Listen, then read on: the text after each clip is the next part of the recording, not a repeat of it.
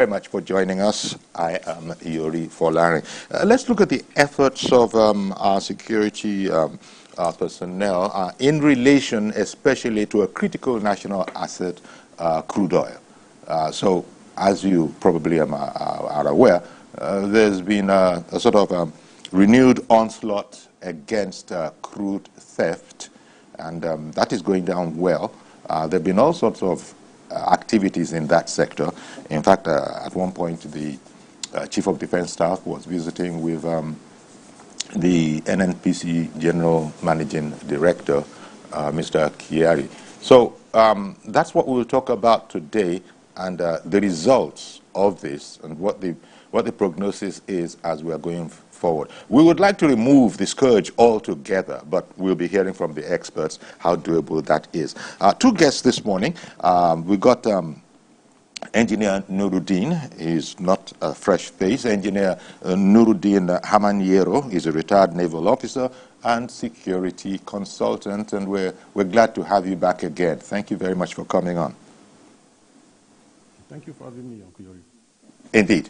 I'm sure I'll hear you better, but I did hear that you responded. That, I'm sure, will improve as we go on with the program. We also will be having Tony Dania on the program. Tony Dania is a maritime lawyer and policy analyst. Okay. I know, Engineer Nuruddin, from the last time we spoke, that you're not exactly a fan of other non-state actors coming in on our security as it relates to these national assets. You were critical of it last time, saying that we have the resources. So what is going on? Why are things such that Tantita, for example, it is still featuring prominently? I know that is not necessarily anything against Tantita. Excuse me, but let me ask, give me your appraisal of efforts in this direction, this renewed onslaught against oil theft, crude oil thefts.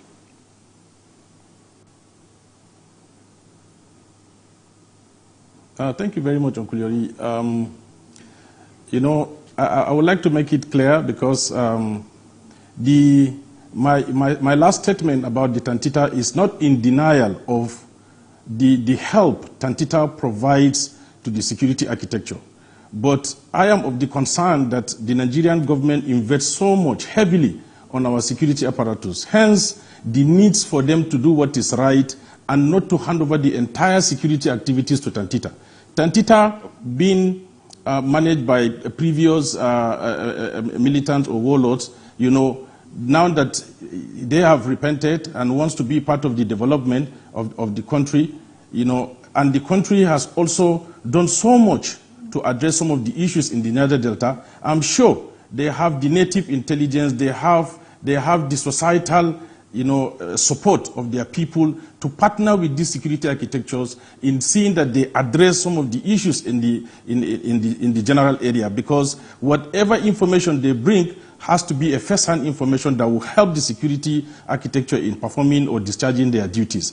However, my concern is handing the entire situation to Tantita, is indirectly saying the much more the Nigerian government invests on the security architecture is in vain, and our security apparatus is not effective. And this is not good for a country of estimately 300 million, people in population, and it is not good for the security at large. Oh, but again, yes, I understand. Sorry to interrupt you.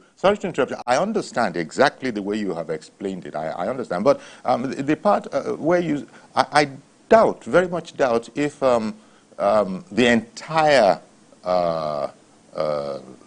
duty has been handed over to a private concern. Surely it's a matter of collaboration, and you used the word, I believe, just now. It's a matter of partnering with, bringing to it what they can. After all, they were responsible for the arresting of, the name escapes me now, but a vessel laden with stolen crude oil. And our defense chiefs, the managing director, the NNPC bigwigs, everybody was there to both inspect and interrogate some of those crews. All of this only recently. So yes, I understood you the first time, and I understood you again this morning when you made the clarification that what you're against is the handing over of the entire security operation. I don't think you are in a better position as a consultant yourself. I don't think our security people would do that or are doing that. No, I want you to understand the Nigerian people will have to understand where we missed it, Okuyori. We missed it long ago. If you look at oil discovery in Nigeria, 1956, almost 70 years today, late 70s down to early 80s, oil bunkering, oil theft started in the Niger Delta. And this was the military era of General Obasanjo and late General Murtala Mohammed, down to the Second Republic, which was Shagari's era. Now, if you look at this period that the oil theft started in the Niger Delta, what happened when we embrace democracy that most Nigerians today, especially the youth, will be looking at is the Fourth Republic. And the same General Obasanjo, who has the experience of oil theft, perhaps during his era, was the first president in the Fourth Republic, 1999. And what did he do? If you look at the first achievement, one of the first achievements of President Obasanjo's time in 1999 was the establishment of the Niger Delta Development Commission. And this commission was established in 2000, Onkuyori. Nigerians need to be abreast of all these facts so that we know where we are getting it wrong. Immediately when the NDDC was established, what happened? They were saddled with the responsibility of educating and training, the youths, which are the majority, in terms of demography in the Niger Delta, so that they will engage these youths and consequently they will do away with these dirty acts of vandalizing pipelines, oil theft, and that will allow the federal government maximize production and in turn help our economy. But how many years today down the line, Onkuyori? 24 years is what we are talking about. 24 years. And monies that were invested in NDDC is getting to 10 trillion naira, according to records. And immediately, when late President Umaru Musa Yar'Adua took over, he complemented that effort of President Obasanjo by establishing the Ministry of Niger Delta, which should complement the NDDC by bringing about infrastructural gap development, environmental protection, and still the NDDC does its job as a subsidiary under the ministry. But what did we see? Again, Niger Delta Amnesty was also established. These are very solid three organizations that should have worked together, provide employment, complement the effort of the state governors, and address most of these pressing issues. And let me tell you, if you look statistically, Okuyori, Nigerians, we should be abreast, like I said, with all this information. It's good for us knowing where we are, where we come from, and how we go forward. Because population in the Niger Delta is about 30 to 35 million today. And the teeming youth population is about 60 to 65%. And if you take that into record, you have about 20 million. And if you look at the investment that the federal government has made so far from 1999 to date, ordinarily, if we had done justice to this, no youth in Niger Delta should have been idle, because they should have been trained adequately in all facets of life. They should have been employed in one way or the other, and by today, they will be useful to the society. But because we missed it with leadership, we missed it with using the right people to steer the activities of those organizations, today, 24 years later, we are still running back to the federal government complaining about oil theft. And this is just one aspect of it. We need to look at the people of the Niger Delta. I sympathize so much with their condition, because I cannot pinpoint a particular country in the whole world where oil was discovered side by side, Bayelsa, where oil was discovered, is in Nigeria. Today, almost 70 years, and the region is as undeveloped, you know, like the Niger Delta. That is wrong. It's unacceptable. We need to do so much about it. But internally, we need to question our leaders. We need to hold them to account, because me and you, just of recent, we know what happened. Because of accountability, we saw leaders of the NDDC and even in the ministry fainting in the national media because they could not bring to account the expenditure or misappropriation of the funds allotted to the Niger Delta Development Commission. So what I'm saying in essence, this is one way. And how can that be addressed? The president needs to bring his renewed hope strategy onto these organizations to bear.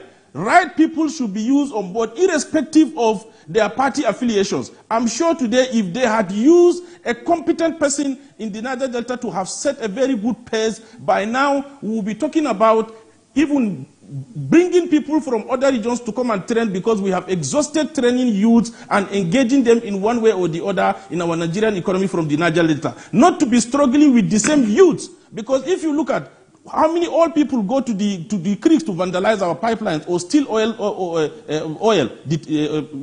engage in oil theft? How many? It's the youths that are doing it. And why do they do that, Okuyori? You know, there is nothing to do. And idle mind, you know, like we said, is the devil basket. So this is just one way. When you give me another time, I will explain to you my concern about the security aspect of it, which is also very, very important.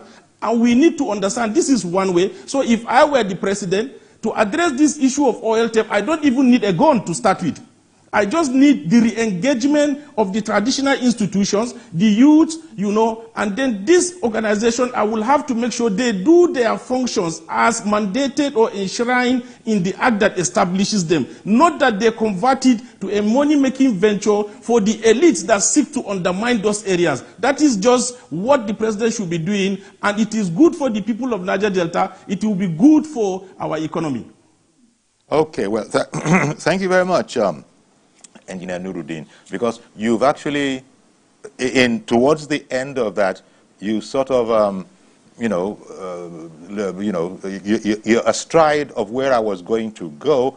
Some of the things you said, because I was going to ask you what your assessment is of the efforts of this administration. Clearly, you have established that we missed it, that we have missed it, and it's not been in recent times. So, and if you were to ask observers, watchers of the scenario, of this situation, experts, security experts, naval experts, and all of that, I guess some of them, depending on where they happen to be camped, quote unquote, would say that, well, the administration is doing all that it can. It's doing the best that it can, which would have led me to say, consider that idea and tell me your impression. Because here we are talking about a renewed onslaught against oil theft. So it's not as if we've given up. You've just been speaking about personnel, for instance, is very, very, very important. The right round pegs and round holes and all of that. Are those the areas where you have your concerns that no matter the assets we throw at it, how about the personnel? How about the expertise? Is that where your concern is for us not having the results you so clearly would have wished that we have had so far?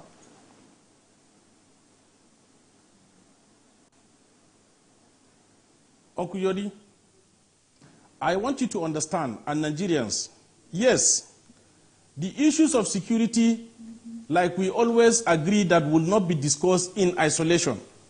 And if we come back to the security aspect of it in totality, having addressed having looked at what I said earlier, I believe you me, today, if you look at the military, if you look at other critical, players in the industry, there is a conflict of interest. There's a conflict of interest because you get to see duplication of roles. You get to see conflict in the manner we handle our responsibilities. No two ways about it. The Nigerian Navy is elite. Is elite in the industry. Whatever you are going to do in the maritime sector, as it concerns maritime security, no matter how strong the organization is, the Navy will naturally take a lead. But today, Indeed. What happened? You get to see a lot of duplication of responsibility. The NIMASA are doing their best, but they should understand that they can never be, a combat arm of the maritime sector to fight this. They need, I'm sure they are doing their best in collaboration with the Navy. And also the NSCDC, who are in charge of the critical asset security. But again, we need this synergy. We need this understanding, which has to be, highlighted clearly by the federal government, that these are the roles of all these players, and there should not be conflict, because this conflict is affecting the responsibility. It's affecting the result we are seeing today. Now, let me go straight to the point saying this. Actually, I beg your pardon, Engineer Nuruddin. You will indeed have the opportunity to extend it, but I got what you are saying, especially that area about the Navy necessarily has to take the lead, and your apprehensions that might that particular role be being diminished as we are going along. I hear that. Now, I was saying from the beginning that we will be joined by Tony Dania. Barrister Dania is a maritime lawyer and a policy analyst. Tony, thank you very much for coming. Good morning. Good morning. Good morning. Appreciate your coming on. And you've been in for a minute, for some minutes, and you've actually heard some of the direction and the concerns of my guest, Engineer Nuruddin Hamanyero. Yes. You heard the nature of his concerns. He had explained that he has nothing against bringing in other people, but the Navy needs to be able to take the lead. And I think the key words are be able to take the leads. And I wonder if it was just my reading or my understanding. He seems to have his apprehensions in that regard, which is not yielding for us the maximum, shall we say, gain that we could have had in the security sector. Now, I wonder what your impression is about this whole matter. This whole matter about private firms, for instance, who have seemed to record some measures of success coming in. And indeed, do you agree that the Navy is not doing all that it should be doing? Yes, I agree that the Navy is not doing all that it should be doing. They must take note of the issues they are faced with. They can't come out to complain. And then when you say privatization, it is the private persons that can operate better. For example, if you give me the refinery that have been moribund for so many years, I can turn it around. So it takes a private person to manage these things better. The private sector person. Private sector person. So this, for instance, Navy, in the comfort of their office, ought to be able to monitor the waters. Do they have the equipment? Even if there is an arrangement to provide that equipment, corruptions and the rest that are inherent in every aspect of our life will definitely affect it. They need it. But I'm aware that some private persons who have been in the industry for some time, they have such equipment. It is not difficult to get, And then...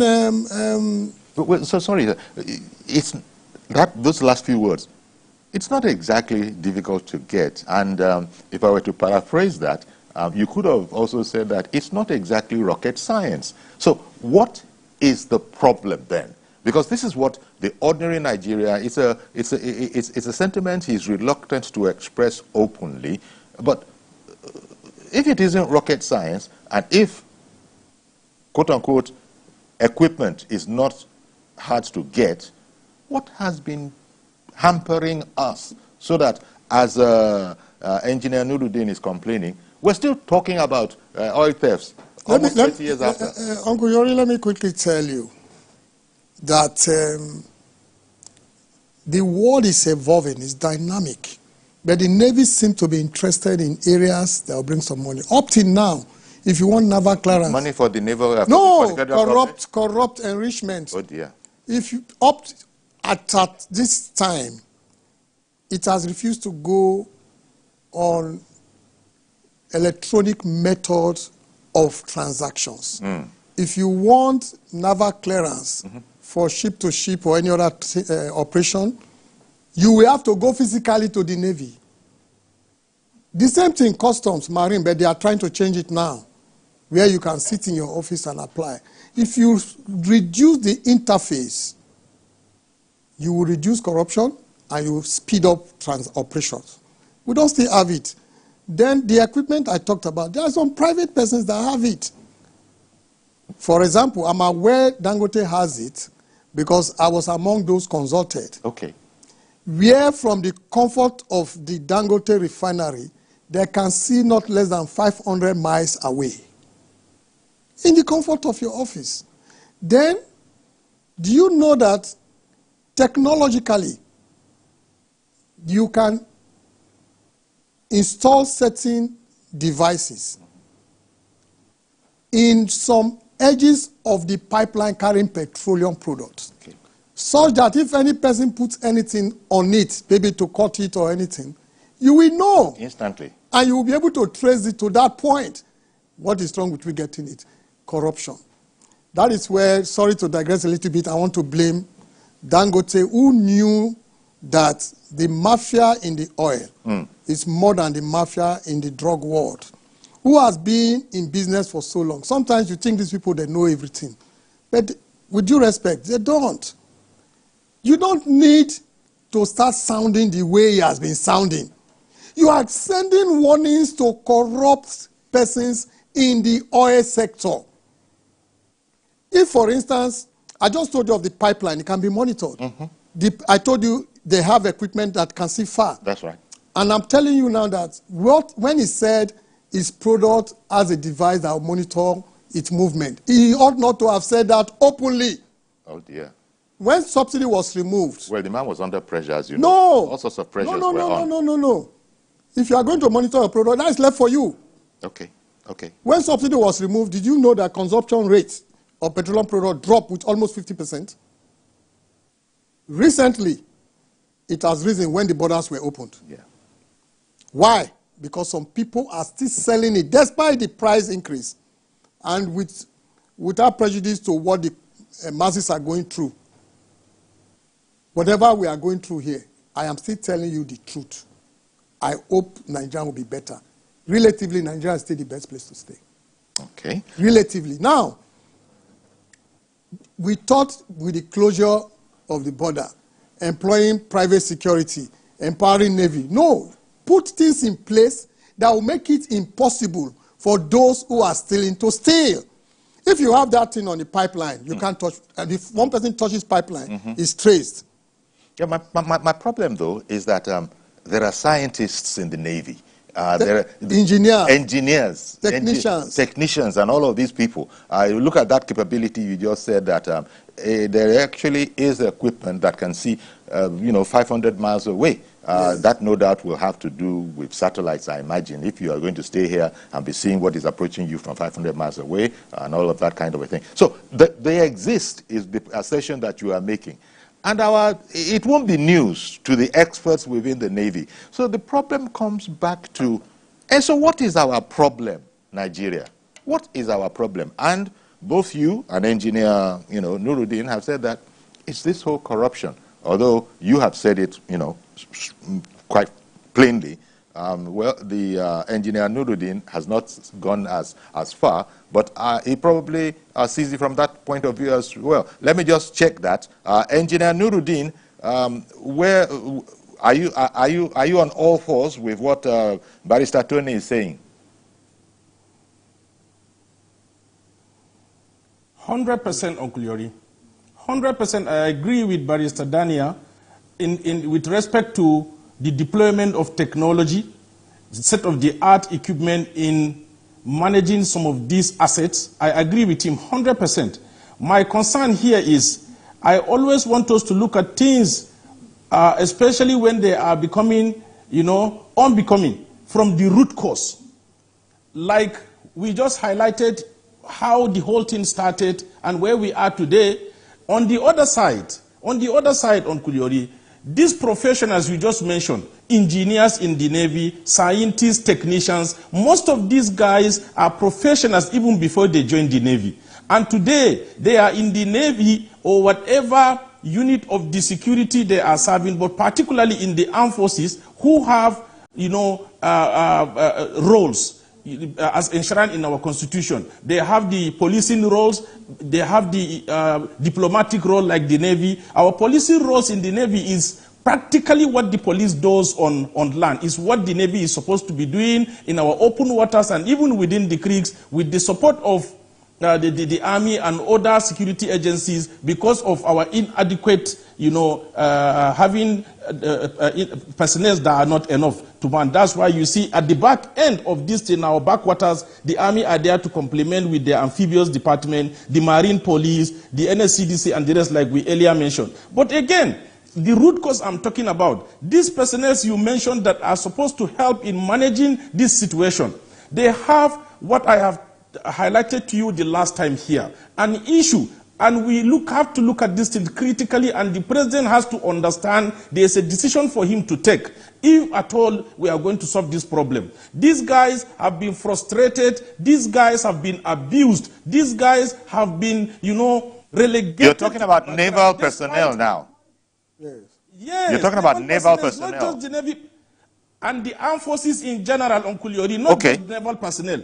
They have been abused, these professionals that join the armed forces. They come in their commission. It's very important we talk about this thing. They come in their commission as professionals, as either short service combatant or direct short service commission or direct entry or whatever you call it, or special duty commission. Whatever it is we call it, they come in as professionals. But over time, the services, we have a tradition which is archaic, and that is why even in our reality, we refuse to shift and develop this country because we like to maintain traditions that seek to, relegate some Nigerians and make them second or third class citizens. Similar to bureaucracy. Is it similar to the bureaucracy? Absolutely, that's what I'm trying to tell you. Just give me a minute to make my point. These people they join the service. Okay, I was going to say, so sorry about that, because you, Barrister Tony, you had just said that... it is beyond bureaucracy. Beyond bureaucracy? Yes. Beyond bureaucracy. Because people... For example, you are a professional, you are in one of the security services, and you come up with a very fantastic idea. Yeah. And somebody will tell you, no, that will not bring us money. I give example with myself. A state consulted me, and they have about 10 moribund speedboats for security of the water. Mm-hmm. And they said, we are going to earmark 100 million each to rehabilitate each boat. And innocently, I said, no, with 150 million, you can rehabilitate 2 boats and maintain it and run it for 3 months. They were trying to monitor the water. In a consultative session. In a consultative session. And guess what? They didn't pay my hotel bills. They didn't pay my flights. I have to live there. Now, on a serious note, Uncle, you see... So that's the reward for that kind of advice. So that's why I said it's beyond bureaucracy.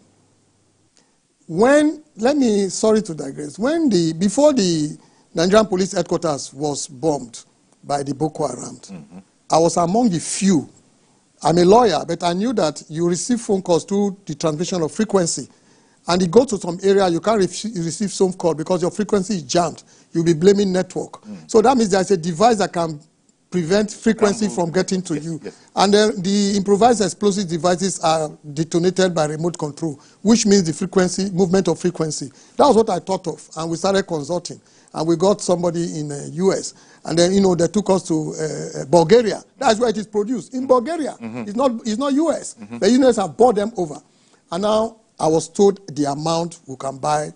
There's this mobile bomb jammer. I don't want to describe it for security reasons. That goes with important personality, ministers, president. There are some that are stationed at the airport.